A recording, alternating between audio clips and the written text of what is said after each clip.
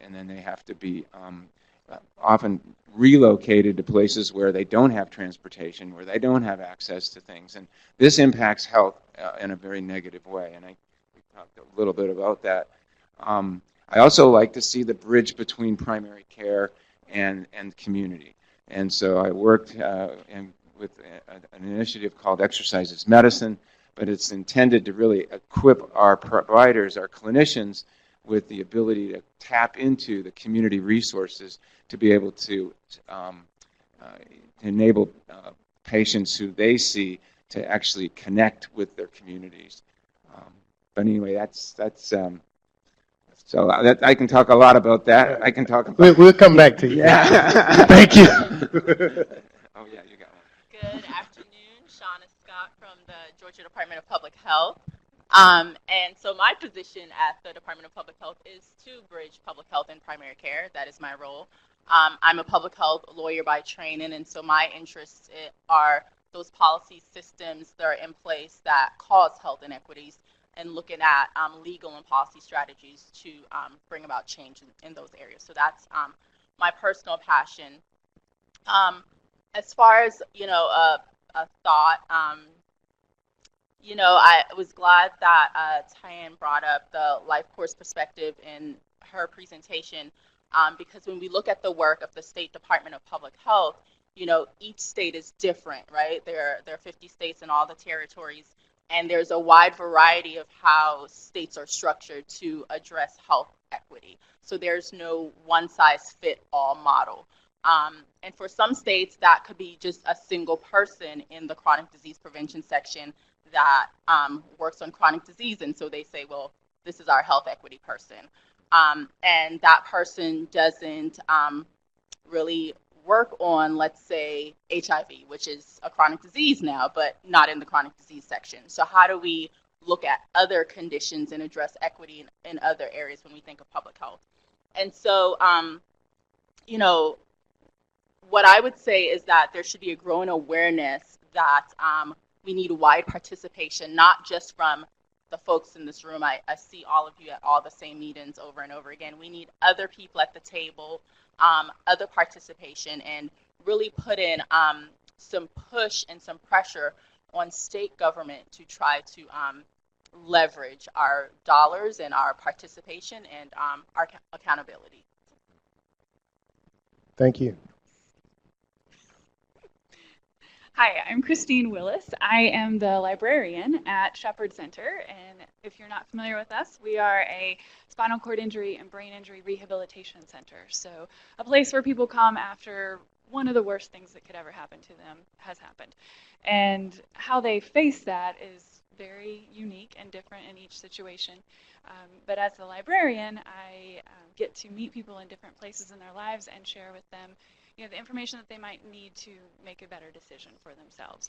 And I'm also here kind of representing the Georgia Alliance for Health Literacy, because really, as a librarian, literacy, and specifically here, health literacy, is a very important aspect for me. So there's been a couple of studies out, and one that I will at least quote to you is that limited health literacy has been shown to be a more powerful predictor of health status and health-related behaviors than race or education. So just being able to understand what you're being told is monumental on the outcomes of what you might have. So I hope that as a librarian, and I can open up some doors for you guys to help address health literacy before you actually approach your patient and proceed forward. I'm so excited to be sitting next to Christine, because I don't think I've ever been at a conference where there's been a librarian. I was like, that is cool. I really like that. So my name is Tian Parker Dominguez, and I am a social worker and public health person, and I consider myself to sort of live in both worlds, and both worlds are really about social justice, really about action toward promoting and helping the vulnerable, the disenfranchised, of addressing issues, not just sort of talking about them. So although I get a paycheck from a university and I am, a faculty member and I do research and I teach and that sort of thing, really my heart is around not just studying disparities, but doing something about disparities. We can talk and we can talk and we can research and we can study and we can count and we can, all of these sorts of things. But when does that information, right, when does that translate into action where we can actually make an impact to change things, to change systems, to change communities, to change individuals through things like simply raising their awareness? There are so many people in our communities who are not aware of these health disparities. Not aware. There are so many people, educated people, who are not aware of these health disparities. And so that's what I would encourage us all, sort of in our own sort of corner of the universe, as we think about how can we leverage our own privilege and those sorts of things. How can we really, what is it that we can do, like really do toward making an impact, making a difference? Thank you. Thank you all. So I'm hearing words like research, primary care, housing, public health, state government, awareness, health literacy, social impact, and health disparities. So what I'd like to do is start off by asking a question, and I want you all to follow up with the next question. But let's talk about challenges first. Anne, let's start with you. In your area of primary care research, and from your perspective, what is the biggest challenge that you're seeing right now? So I think there's a lot of challenges that you're having, right. that you're having besides funding. It's hard to pick one challenge, but I'll talk about what I see as an ability to drive change in health equity with respect to primary care.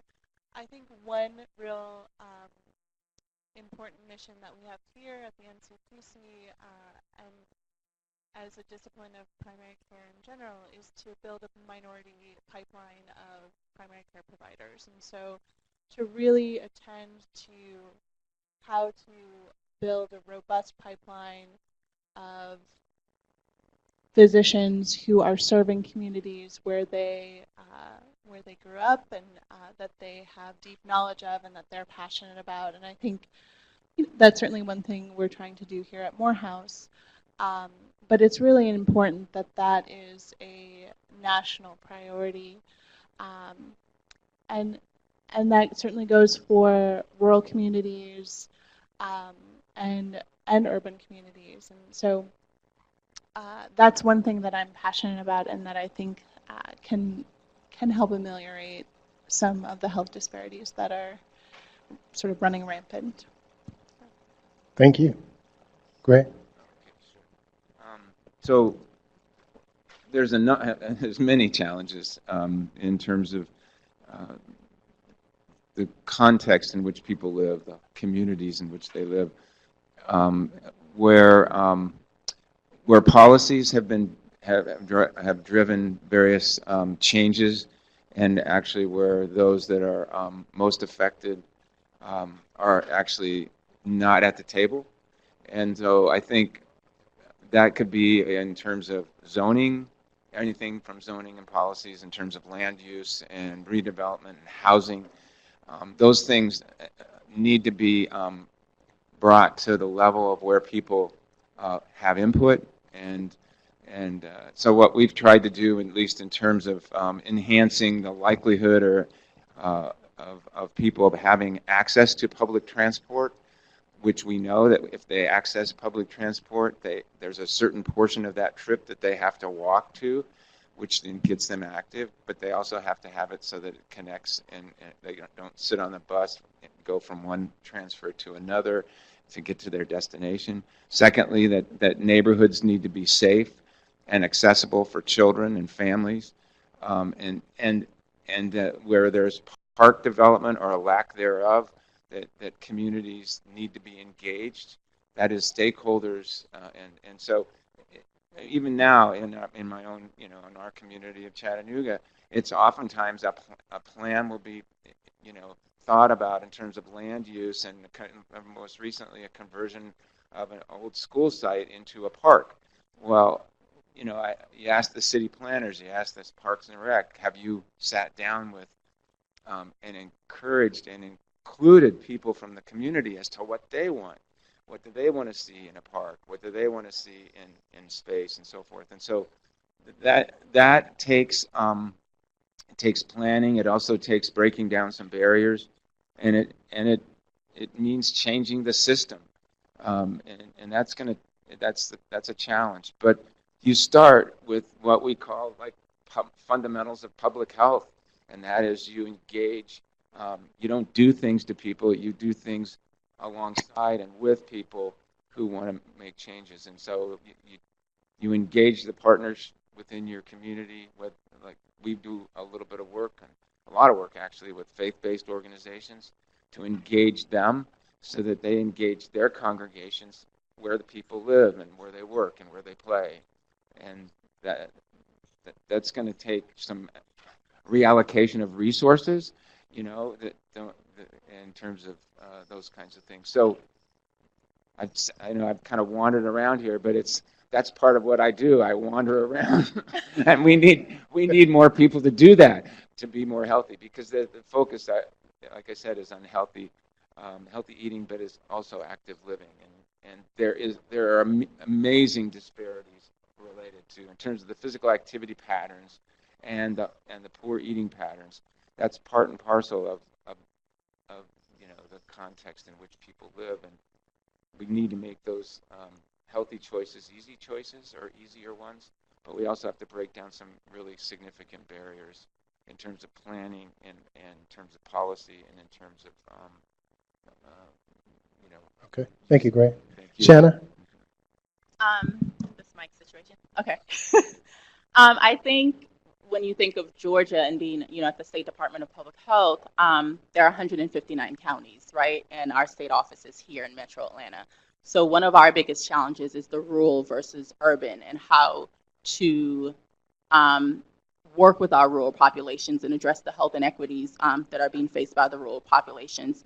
And we have great partners like Healthcare Georgia Foundation working on the Two Georgias initiative, but should that be what we're saying, there are two Georgias, or how do we effectively work on a One Georgia initiative? Is that something that we can do? So the challenge for me is working in our small little chronic disease silo and addressing the entire state and meeting everyone where they are. That's what we said.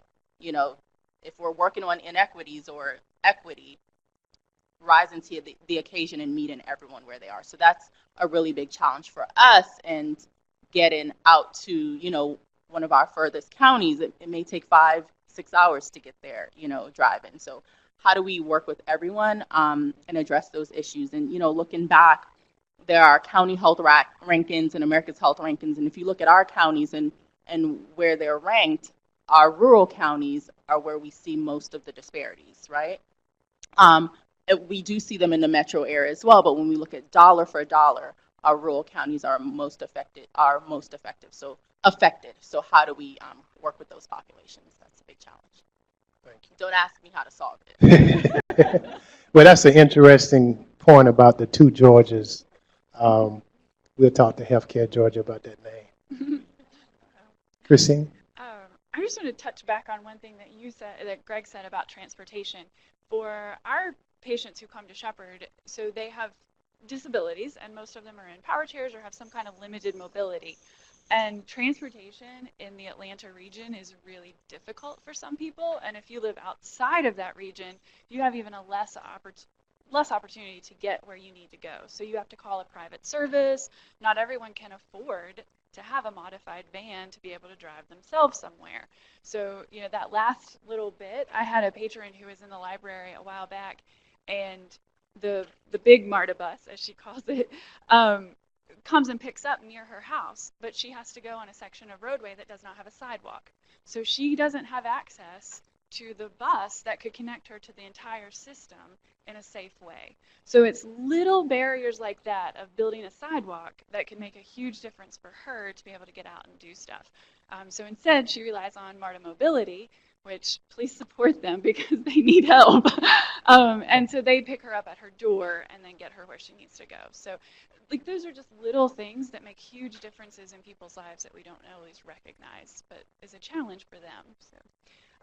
But on the health literacy front, I would say it's basic education and starting in the school system, starting in that arena where you can educate folks and give them an equal opportunity to learn and to understand what they're going into. So literacy is broad. It's financial literacy, it's health literacy, it's electronic literacy, how we use our computers even. A lot of people don't understand that. So as far as health literacy goes, I think one challenge can even just be when someone walks into a health clinic.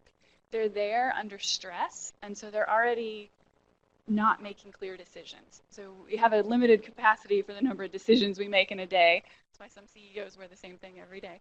But if you're already under stress for your health condition, you've had to struggle to find parking where you're at, then you get into a building and you can't understand the signage because maybe you can't read very well, maybe it's not clearly marked, maybe it's, there are other challenges to that. Then you have to get to your appointment. Then you're given a form to fill out and you feel terrible. So trying to address those issues before they get to see the primary care physician would also help a little bit too.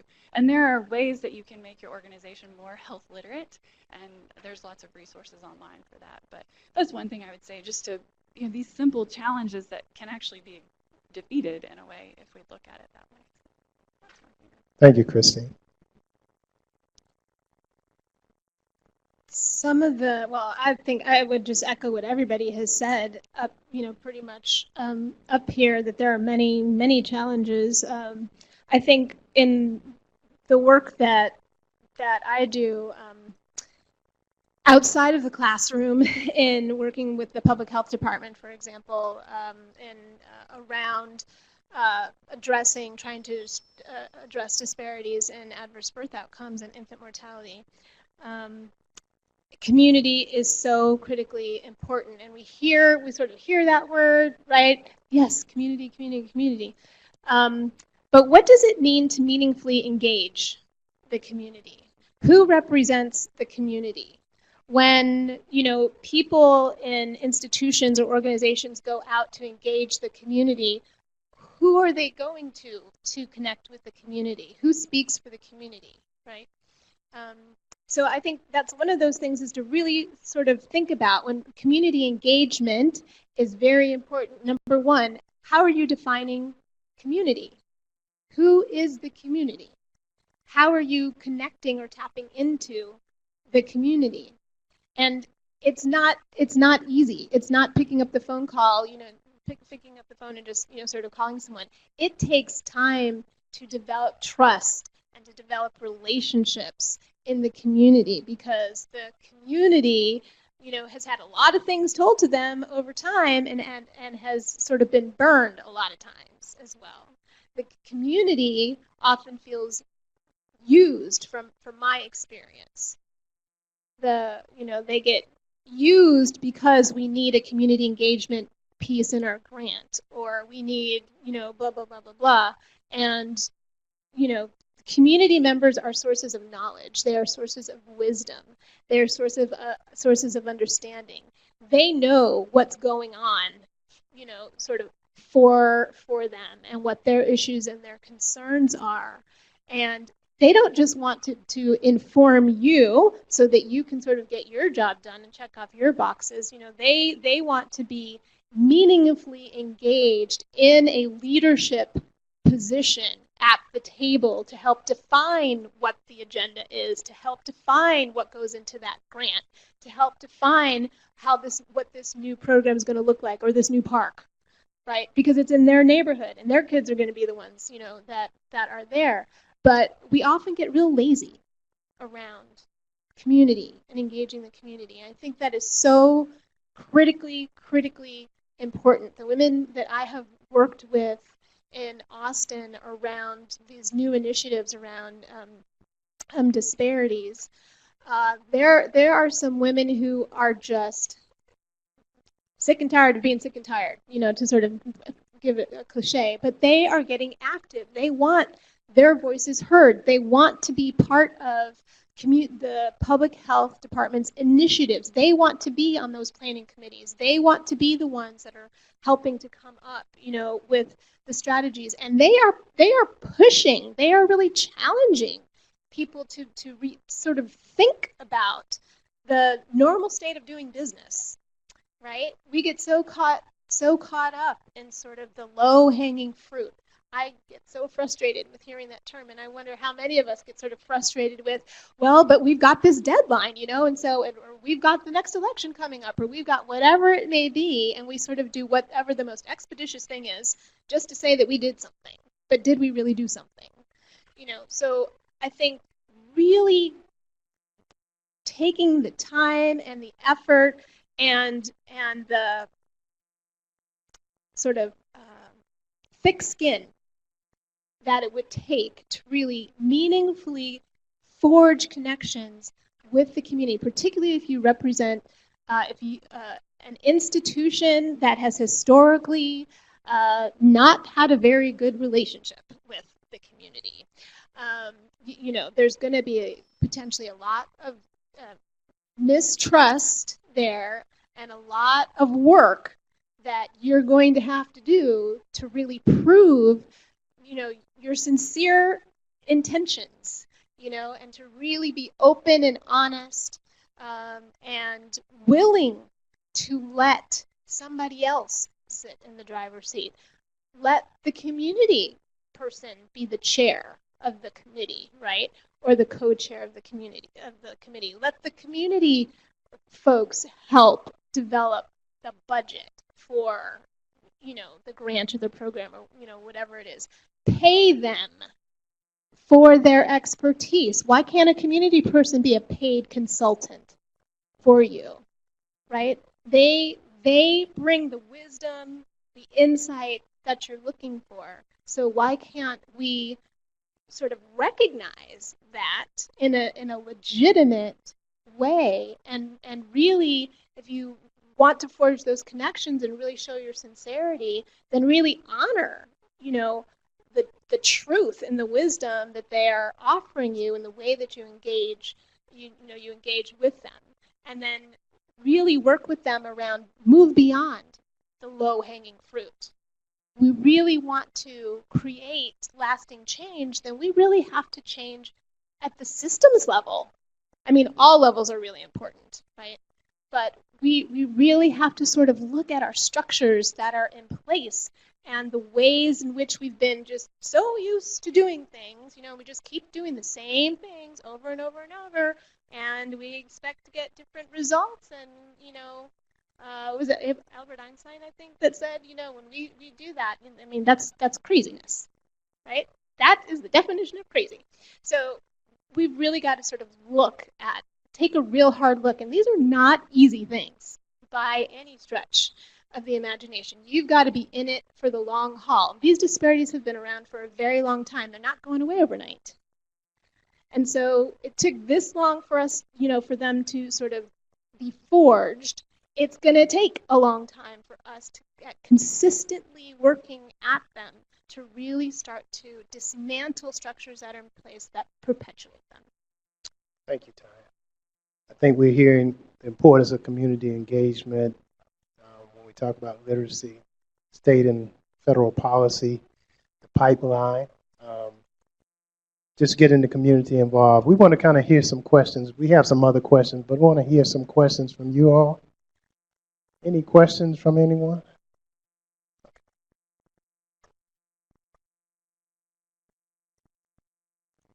Have any of you seen studies that are looking at maybe second or third generation of people moving into middle class? And how that maybe affects health outcomes? So maybe someone who's, yeah, second generation in middle class, third generation in middle class. I personally haven't done that kind of a study, but I'm familiar with, as an epidemiologist, as you see education as, and particularly educational attainment as a correlate, if you will, of or associated with improved health status. And so what we have seen, and there's been a number of studies that have demonstrated that as a person is afforded, and then I say provided, an educational opportunity, and they take advantage of that, and by going on to college and then maybe even into the professions, there's a definite link between, you know, that educational attainment and increased educational attainment and opportunity with with the improved health status.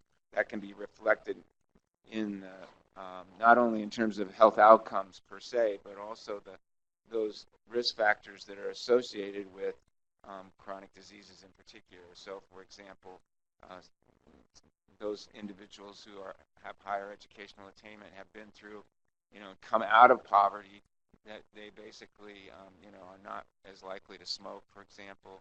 They're much more likely, less likely to be overweight or obese, more likely to be active. I mean, there's a clustering of those behavioral risk factors, which are linked to educational attainment, and so that, there are some longitudinal studies that have looked at that in Framingham and also in Jackson Heart Study, and that's in Jackson. And the Jackson Heart Study is among African American individuals living in Jackson, Mississippi. So those studies are available and definitely show that. There's also I'm blanking on the name, and it's been a while since it was published, but I think the first author is Foster, and it was a study looking at comparing African Americans and non-Hispanic whites of high socioeconomic status sustained over 2 generations, and looking at sort of I think it was comparing them on health outcomes. Like I said, it's been a long time since I've read that, and it's a little bit of an older study. But that's the one that immediately came to mind when you asked me about that, because it was looking at, number one, high SES African Americans, which I personally believe are way understudied. Right, we see a lot of studies that look at lower income African Americans. Not that that's, we shouldn't, but these disparity gaps are much wider at higher levels of socioeconomic status, and I think we really need to sort of understand more about why, supposedly if you get into the middle class, that's supposed to be protective of your health, and we're not seeing the same sort of, health benefit necessarily for people of color that, are able to sort of enjoy that social mobility through taking advantage of opportunities. So, but I can look that up for you very easily. So, if you want to connect with me later, I can get you the reference. Yeah, I was gonna say I would beg to differ with Greg. Sorry, because as was mentioned, I think when we look at African American women who are of higher socioeconomic status, we are still seeing those disparities. And several years ago, as a graduate research assistant, we did a project here in Georgia where we looked at zip codes in Buckhead versus zip codes in NPUV, which is around here, West Side, and we looked at breast cancer rates of African American women, and we were still seeing dramatic disparities and increased incidence of breast cancer in women who were living in the higher income zip codes of Buckhead, Sandy Springs, North Atlanta. So the disparities are still there and they still exist. So I'm, per your presentation, the stressors, I'm not sure, we don't know what the issues are, what the problems are, because regardless of the income and how much more you make, we are still seeing the chronic diseases, we are still seeing the low birth rates, the low birth weight babies, we're still seeing prenatal issues. So I, I would beg to differ. The Farmington study I did that in public health school in 2002, so that's very old, and we need to get caught up and do a little bit more research on higher income women, because that hasn't been done as of late.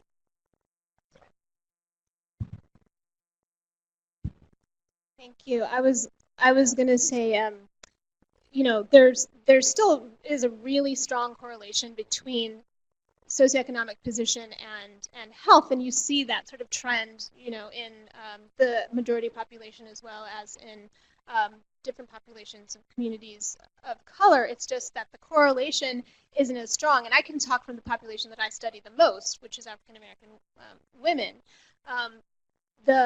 They're sort of the slope of the line connecting socioeconomic position to health is much flatter for African American women. They're not getting the same health benefit from higher socioeconomic, sort of positions. And there's been sort of a, question about, why is that? Because the correlation is very strong for non-Hispanic whites. And part of it could be just sort of socio-political history of access to opportunity with African American women who may be of high socioeconomic status now may not have been born into, a high socioeconomic or even middle class position during key, if we think life course perspective, right? During key developmental periods of their life course, they may have been living under relative deprivation, which could have, impacted, sort of their development. But through typically education channels and things like that, they're able to achieve a higher socioeconomic status as an adult. That doesn't undo all their previous life course where they may have had to endure, levels of deprivation in childhood, inadequate nutrition, poor access to health care. I mean, a whole host of things that we have to think about, the relative exposures and protective factors across the entire life course. When we look at pregnancy outcomes, we can't just look at the 9 months of pregnancy, right? The 40 weeks of pregnancy and think, oh, just get them into prenatal care. Prenatal care is going to fix everything. Well, a woman brings her entire life experiences into a pregnancy. We want to make sure that a woman is as healthy as possible when she gets pregnant, right? Not start once she finds out she's pregnant to start getting her, healthy. It's pretty much a done deal by that time. Prenatal care is very, very limited. So I think this life course perspective is really useful on a number of levels, but particularly when we're trying to understand some of these more puzzling factors around some, the data that we're seeing in terms of these really sort of effects that are the opposite of exactly what you would expect. Really sort of considering key developmental periods during the life course that could have been periods of relative deprivation that just don't get undone because you get a college degree and you start earning some money, right? Thank you. Right? Go ahead, Ann. One thing that we've been thinking about in our research group lately is the racial disparity in breast cancer mortality in Atlanta. And it's the worst in the country, actually, in the Atlanta metropolitan area. In the past 10 years or so, breast cancer mortality for white women in Atlanta has improved to be one of the best rates in the country and has worsened over the same time period among black women in Atlanta to be some of the worst rates in the country. And one thing we're looking at and how to explore why that might be is, one, to do some inquiry with the community, a qualitative inquiry, but we're also looking at a spatial measure of lending bias, which is sort of a measure of structural racism and segregation in Atlanta, and then also historical redlining. And so Kirsten Beyer, who's a health geographer at the Medical College of Wisconsin, has developed a spatial measure of structural racism based on lending bias and historical redlining that can be sort of laid out as a surface over a community. And it so happens that she's developed those measures for Atlanta. She works in Milwaukee. But they have found sort of a strong correlation with these inequities in breast cancer mortality among the Medicare population related to these measures. And so I think, as some other folks have brought up, we can't keep doing the same thing. We can't sort of keep using the same sort of blunt measures of socioecologic environment that we have used in the past, and we can't keep thinking about documenting disparities in the same way. Similarly, I think we need to move to a place where we're documenting people who are succeeding and being resilient, and our group is trying to work on that as well.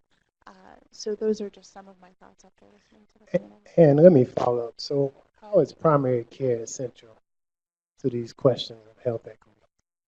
Well, I think, as I alluded to briefly before, primary care can be a driver of health equity. Just having a supply of primary care physicians in an area can improve equity and outcomes, specifically related to mortality. And that's after controlling for things like income inequality and the other usual suspects of that we sort of use in socio-demographic descriptors. But I think part of the reason for that is because primary care is a sort of philosophy of care that is delivered in the context of a community.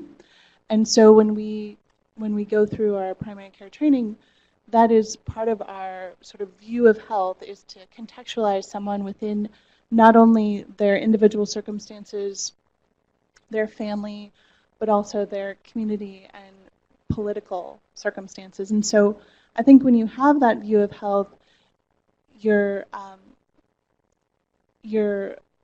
focus on a person is not just what disease they have, but is truly person-focused and contextual.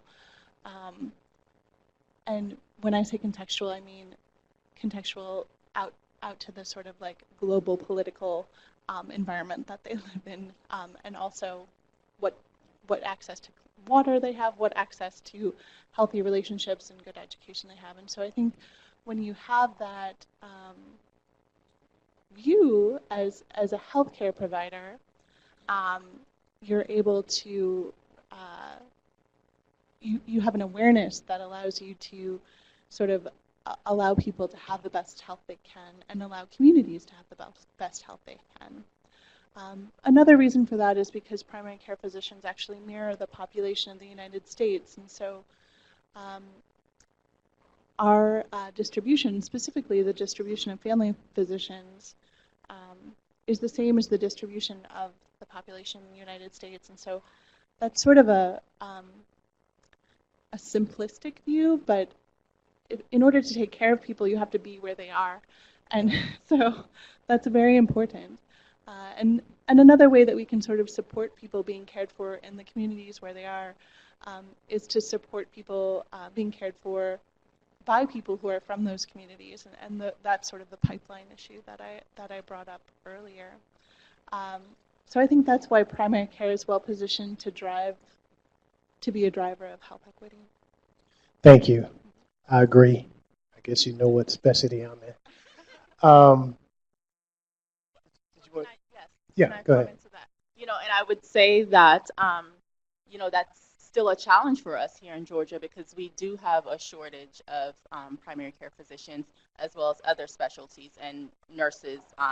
And so when we look back to my initial point of the rural populations, we're talking about all the bad things. I did want to talk about some positives a little bit, if that's okay.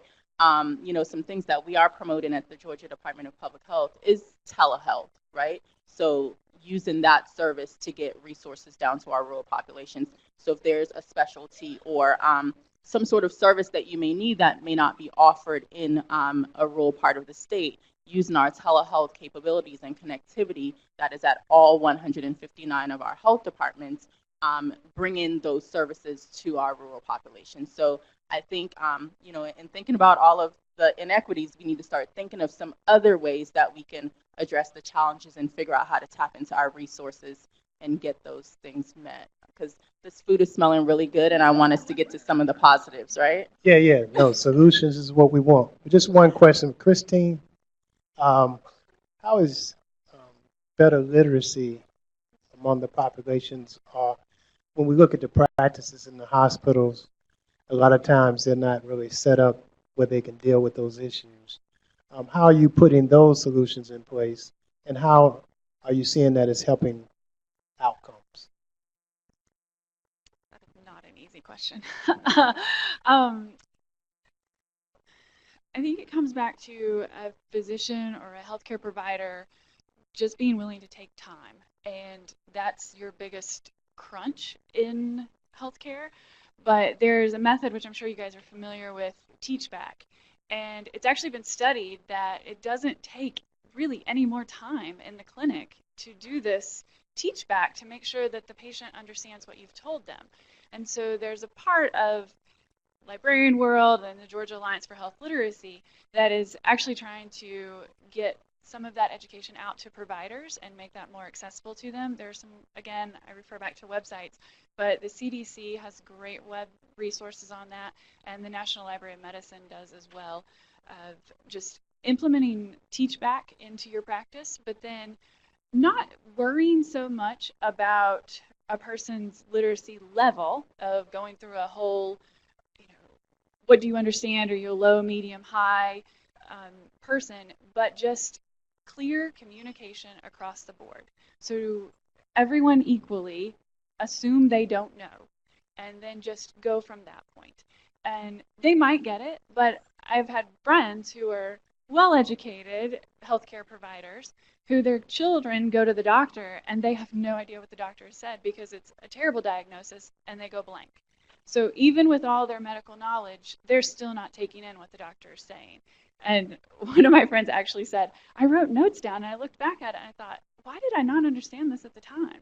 But it's because of that stress that's on you at the moment and not being able to understand. So clear communication across the board would help a lot, and just being able to take that time to do that.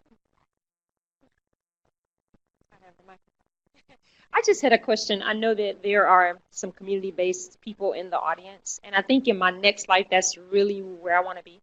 And so what I'm thinking about, or I feel like we haven't gotten to yet, is the benefit of grassroots support, initiation, mobilization. And so I was hoping that you guys could sort of weigh in on what can you do as a community-based organization, as a leader or faith-based, to sort of do your part in this equity conversation in terms of policy is what I always think about, and I think that's been my light bulb moment. But, how can you, what should they know that they can do? Because many times we feel like in a community, you sort of take what you get. And I live in South DeKalb County, and we have a segment of 285 that the bridge has been being repaired for, Gabrielle, is it 2 years now? Seriously, it's still being done, and it disrupts traffic. There are no sidewalks. It is horrid, and it's just become a norm until somebody is like, you know what? This has been going on a really long time. Or with the 85 bridge being repaired in like 2 days, and you're just like, well, maybe this could change. So how do we understand really that we're the change we want to be, and particularly in this time of, what people are getting mobilized and they're speaking up about what is not right. And so I don't know if I formulated a question there, but I'm just saying I sort of wanted somebody to weigh in on that. And Christine put the mic in front of me, but I can't talk about lobbying and all of that, but that is what the voice of the people is, to call and email and write, and that is what you can do. In order for health equity strategies and policies to be made at the state level, for systems to change, we at State Public Health can't do it, but we can tell you what we want done. And as a constituent, you can call and you can write. So if that bridge, and I used to live in South Decatur, and that was 2006, and so it's 2017, 11 years. So call, and who are these people? Are you still electing the same people? what are you doing about it? Stop electing the same people. Just because they're running doesn't mean that they need to be elected. So, yeah. But I don't know if anyone else has a thought because I can't lobby. Thanks, Shauna, let me ask you, I'm butchering your name. But anyway, someone asked a question. I think you said something about segregation. Someone asked a question, by segregation, does she mean community segregation? And if so, is there a difference in quality of care among communities in Atlanta? I think that might have been something you said. I don't think I said that. I think Ann said that, but Well, Ann, definitely, and I can pass it to Ann, there's definitely a difference in quality of care between right here, where Morehouse School of Medicine is, and 10 minutes away on 20, going in either direction. I think talking about measuring quality of care is a whole nother conference, but it's difficult to measure quality of care, and so, but yes, obviously there are differences, and so I think, some of the things locally that we know are different levels of trust with different communities among different healthcare providers in the city, and how that influences access to care and delivery of care. Certainly, different sources of healthcare in the city are resourced in different ways and take care of different populations who have higher or lower burdens of medical and social complexity. And so I think it's a very complex question, and our ways of sort of focusing those questions through a research lens are inherently limited. But I think, to bring it back to your point, Sabrina, those things don't have to be so perfect. I guess the way that things are viewed from a research lens and the way that things are viewed from a community lens, I think the community lens is much more valuable because it's, people are actually experiencing those inequities. And so what I would say is that most of our health, what accounts for most of our health is our community context. And so, someone should probably be up here instead of me, discussing these things. But so when I talk about segregation, the segregation measure that was used, that I spoke about, is actually a much more sort of subtle and complex measure than we usually think about as a measure of segregation, which are like things like the dissimilarity index or the isolation index. And so I think that what Dr. Beyer has done is gotten a little bit of a step closer with this measure to measuring what is actually going on in communities. But yes, I sometimes I think it starts with restoring dignity in our communities, and people have to feel that they're valued, that they matter, and it has to be collective. So in our communities, I think we, value each other, but the people that are in power or that make the decisions need to recognize that communities that have fallen, we need to restore that value and honor and respect these communities.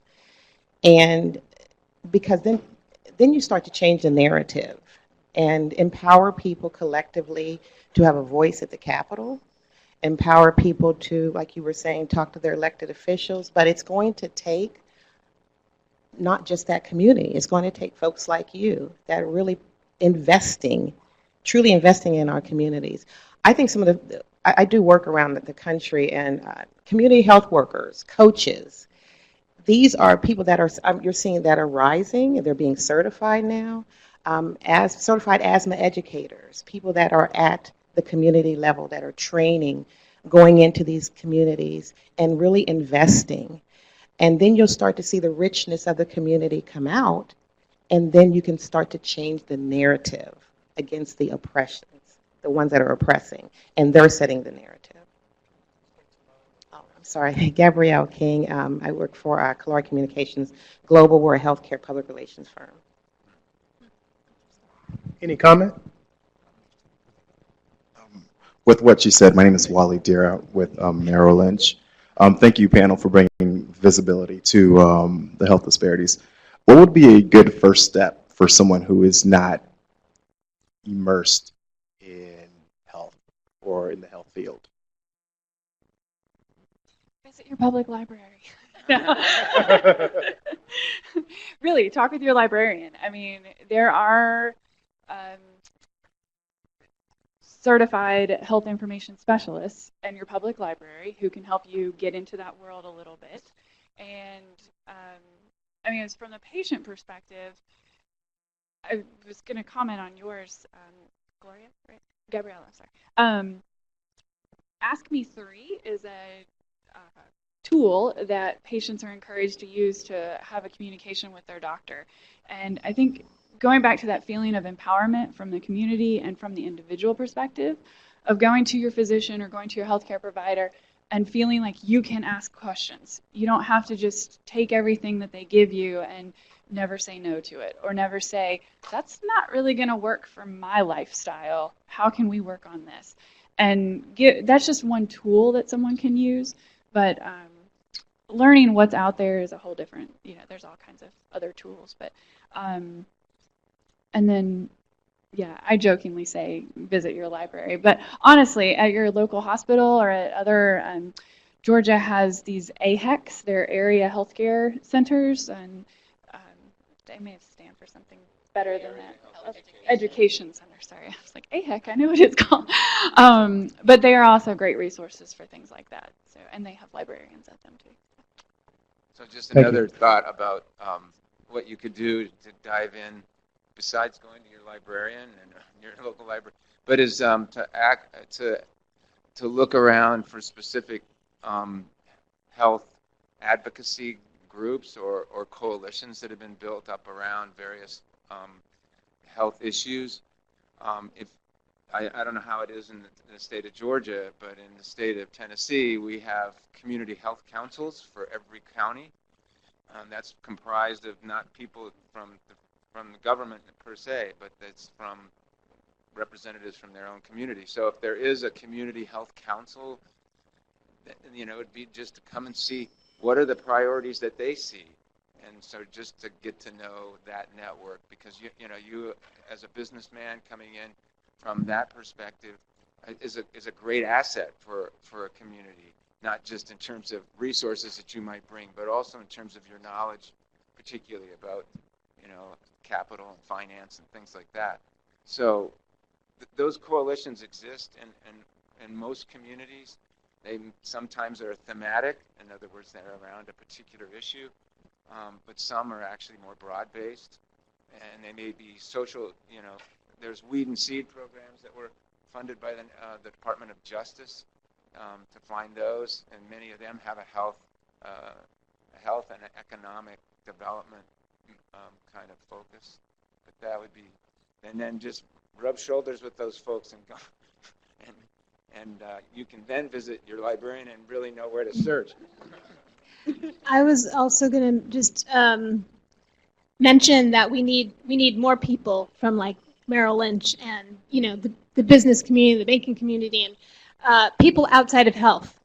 Because health is not going to be able to sort of address this on its own, because health is not the only sort of factor at play here. As I was mentioning social determinants of health, there are much wider issues around access and opportunity that go beyond health care and go beyond health, health services or, primary care or public health or, we have issues around transportation has been mentioned, for example, many times.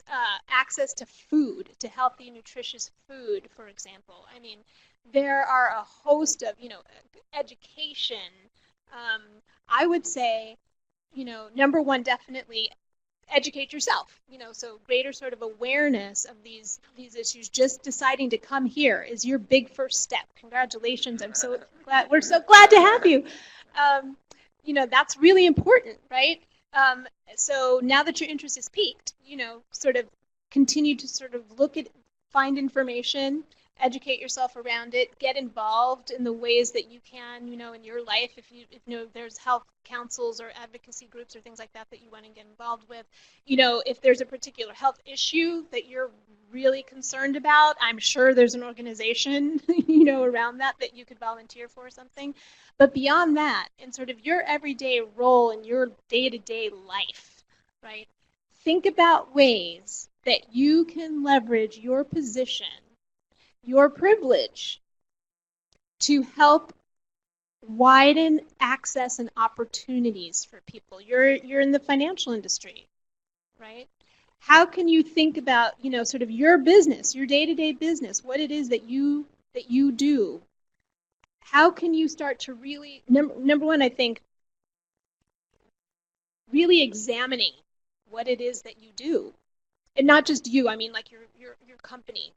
What is it that you all do? Do you have any initiatives around trying to open up financial access opportunities, to disenfranchised communities? Do you have any, sort of programs like that around? We talked about financial education, financial literacy, helping people understand how money works in this country to help them be able to make informed decisions about what to do with their money, right? To build toward assets and investments and, things like that. Just thinking about what you can do in your own little corner of the world to utilize your position to open up access to opportunities. Because better finances can lead to better health, right? Thank you. This will be the last question before we let you do your closing comments. Just wanted to say mentorship. We talked about pipeline, but mentorship and looking at the social determinants, it doesn't necessarily have to be around health, but mentorship is real big in our community. So you don't have to be in the healthcare field to do that at some local organization or things like that. So just want to add that in there. Thank you, and my comment ties into tie-in. I'm Adrienne Mims, Vice President, Chief Medical Officer for Medicare Quality Improvement. And when we look at quality improvement, we look at the system, and the system is designed to get the results that it gets. Whether all of the systems you just mentioned, this is what we have, this inequity. But who's in charge of the system? How can we begin to bring out and begin to help people recognize is the position of privilege of those who are in charge of the systems that's allowing this to persist. And I think, as we go to lunch, I would just charge people to think about wherever you work, whichever system you're working in, who's in charge? And if there's an inequity, what is the decisions that need to be brought to light that can be done differently so that we can change the system? That's a good one. So let's end with your comments. I think we have 5 minutes between you and the food. So just remember that. So Diane, you want to? Oh, I would just say that I absolutely agree. Who's making the decisions is really important. As like you said, systems are designed to perpetuate themselves. And so we have to be thinking about who are the key decision makers and educating them.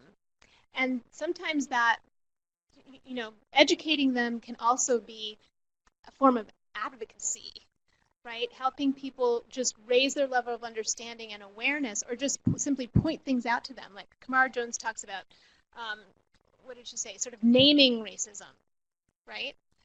You have to first recognize what's happening and be able to point it out to people before, because they're just sort of used to doing things as they do them.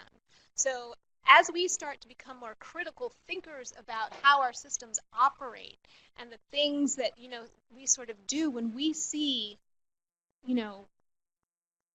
inequity happening, when we see racism or sexism or any kind of discrimination or those sorts of things, calling it out, naming it, saying, wait, there's something going on here. Have we thought about this? I mean, has anybody sort of considered the way that we're doing things? I mean, part of it is just raising, levels of awareness and having the courage to challenge people in those decision-making, positions. Well, it depends on how. Yeah, I mean, you have to be tactful about how you go about. You have to go about doing it, but it does take a level of courage around it. And maybe you don't do it as an individual. Maybe you develop your own sort of coalition and you kind of go as a whole group or department to talk to, whoever the decision maker is or something like that. But I think we talked about sort of engaging the community as being really important, but also getting sort of the key decision makers at the table also is really important. And that can be very, very hard to do, but important. Quick comment. There we go. So a strategy to do that, which has been very, very effective, is Leadership Atlanta. So what Leadership Atlanta has done is pulled together the leaders of the institutions across the city and make them aware of the impact of disparities and racism. And on day number 2, if anybody in here has done it, you see how white people come to understand what white privilege is. And it's been an eye-opener. Because some of this is happening because, as somebody said earlier, that's just been the way the norm is, and I don't see a difference. But when they begin to walk in the shoes and understand what white privilege is, I have seen major companies change because they've gone through that day. And so we may not be able to be as effective by calling it out because they can't see it yet. They can't see it. It's part of it. Thank you. Thank you. Christine, closing comment? I can be super fast. My thing, again, coming from a health literacy perspective, is just a very practical thing that you can do. And go back and look at the papers that you hand out to people and the forms that you have in your office or the things that you give people to read and critically evaluate them. And there, again, are tools online to do this, or call your librarian and they can help. But seriously, it makes a huge difference in the way that you format information and how you hand it to people and what they understand. And then that can make a better outcome on their health. So thinking about your consent forms, I know that's a big deal for people a lot of times in research. Is that understandable? Is it something that they can feel comfortable with? Because we have a terrible history of very bad things happening in research. And bringing people back into that fold and then being able to make policy decisions based on research that includes everyone and not just this one segment that said, yeah, I'll participate in a research study. Then we have better research norms and we can have better evidence-based medicine on our society, like as a better reflection of them. So. Thank you. Shauna?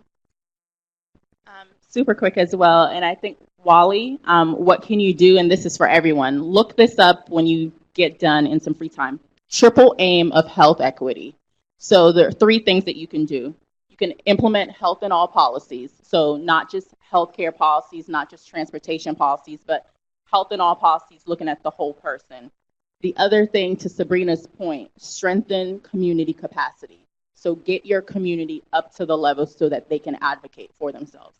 And the third thing is to expand your understanding of health. So to Christine's point, what can your organization do to expand their understanding of how they're delivering information and how their clients are receiving information? That's what you can do. Thank you. Greg? Sure, just quick. Strategically move out of your comfort zone into that which is uncomfortable and where you're vulnerable. And I speak primarily from my perspective as a bald white guy, that we have to, we have to engage and we have to, yes, call it out. And because of this, of the position of privilege, that gives us, that's tremendous responsibility. And and quite frankly, we have to pass that baton. And then the other thing is we have to recruit as teachers, as a professor, we have to educate those coming up behind us as to the systematic or the systemic issues that around racism in our culture, and the importance of how by identifying it and proactively, strategically planning to address it, um, particularly in the health professions, that we can then remediate this and move forward. Thank you, Greg. And last but not least, So I remember when I was a fellow, a health policy fellow, and I went in to talk to my my advisor, and I said, Bob, how can you keep doing this every day? We've known the same things for the last 3 decades, and nothing has changed. How do you even find the will to come to work? And what he said was, well, Anne, you shouldn't be saying that yet, which may have been true. But I think that, as you said, the definition of doing the things the same way over and over again is insanity. And so Dr. Mack and I were, and Megan were at a conference, and we got to hear Andrew Morris Singer talk, and he's a family doctor, and he's a community organizer as well, and predominantly for LGBT rights. And he was saying, he really just got sick of waiting. And everyone told him he had to wait. And then he pointed to the ring on his finger and he said, see, I didn't really have to wait that long. I'm married and I didn't have to wait that long. And so I think we need to take a page out of that book from the world of community organizing to empower people to make the change that we know would benefit everyone. And so that's where I would leave it. thank you. Thank you all. Practical solutions. As we stated earlier, you can't do everything, but I think we've all had some solutions, some advice. You can do something. So let's go out here and kind of change the world just one piece at a time. But let's give a big hand to our panel. I think that was great, don't you? And thank you so much. Are we going into lunch? Do you? Now she told you she's a minister, right? You know they like to have programs. So do you want to come up and make another announcement? Here you go. I was simply going to ask you to ask them that after lunch we do have a workshop. So I'm hoping that everyone will be able to stay through lunch to do this workshop. Afterwards, I think it's going to be very, very helpful, and we get to introduce to you a framework that we're developing here at Morehouse School of Medicine. And all of the stuff we're learning about equity, people need a hands-on tool. What can we do about it, and what can we do about it tomorrow? And we're so excited because this framework is adaptable to different, what's the word I'm looking for? Different industries, so that to your question, Mr. Dira, you could take this framework and put it to work at Merrill Lynch. So hopefully you guys will stay around for that, because we'd like to know what you think about it and how user-friendly, and to have you guys contribute to informing what it becomes. Let's eat. Thank you. Different settings.